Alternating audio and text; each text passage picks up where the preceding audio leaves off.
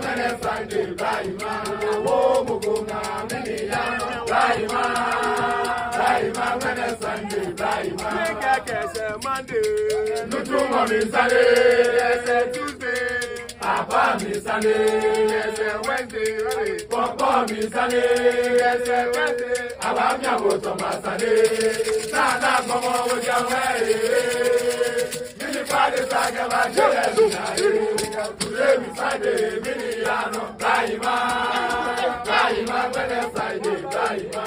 oh, Muguna, Miniano, Baima, Friday, Baima, Coco, Bama, Wedano,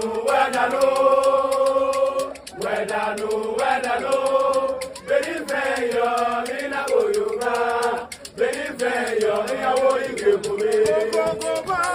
Wedano,